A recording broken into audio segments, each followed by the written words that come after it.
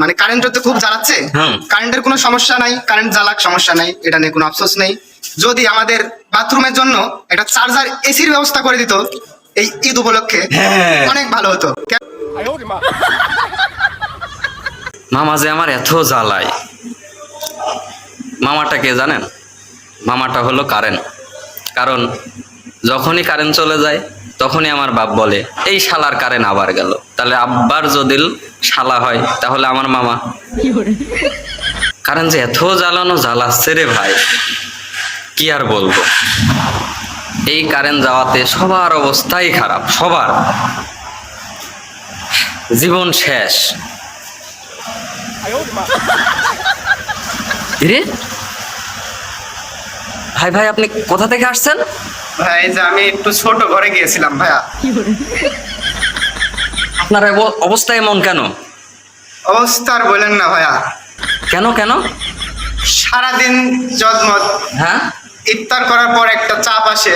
হ্যাঁ। চাপ সারতে যখনই ভিতরে যাই, হুম যাওয়ার পরে ধরেন যে আপনার ওই ভিতরে যে শান্তি করে যে একটু বসবো, তারও কোনো উপায় নাই। কেন? বাপের শালা কারেন্ট, আমার মামা যায় আর আসে, যায় আর আসে। যাওয়ার পরে বসার পরে মনে হচ্ছে যে শরীর আমার ওই যে প্রেশার কুকারে আলু যেমন সিদ্ধ করলে মানে একদম নরম হয়ে যায় না, হ্যাঁ, হ্যাঁ, হ্যাঁ। আমার শরীরটা এমন নরম হয়ে যাচ্ছে। জীবন শেষ ভাই। কেন ভাই? বুঝতেছেন না, কপাল থেকে মাথা থেকে খালি ঘাম ভাই। একটু যে শান্তি করে শান্তির ঘরে গেছিলাম, হ্যাঁ। শান্তি তো হলোই না, মনে হচ্ছে আরো অশান্তি ডেকে এনেছি। না যাওয়াটাই মনে হয় ভালো ছিল। দেখে তো এরকমই মনে হচ্ছে ভাই, আপনি তো জীবন শেষ আপনার। একবারে পুরাই শেষ ভাই এর কোনো উপায় আছে কি? উপায় একটা আছে, আমার মাথার মধ্যে আইছে একটা উপায়। যেমন?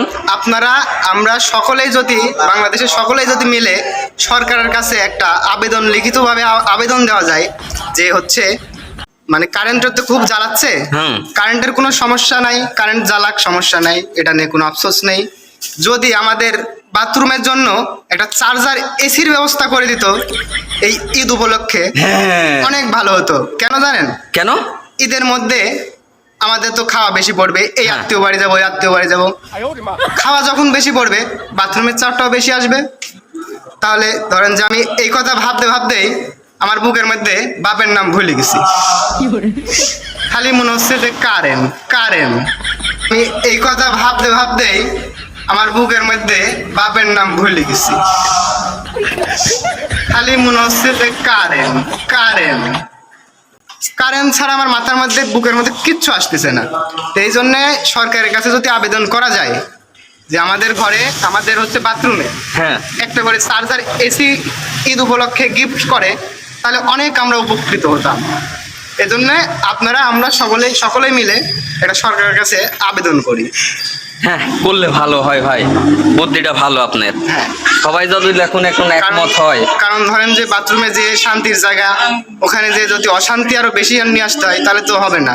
জি ভাই, জি ভাই। জীবন চলে, বাইরে যাই ঘুরি, ভিতরে যাই একটু শান্তি যদি না পাওয়া যায়, হ্যাঁ তাহলে সরকারের কাছে আমরা সবাই মিলে একটা আবেদন দিই যে আমাদেরকে বাথরুমে চার্জার এসি দেওয়া হোক।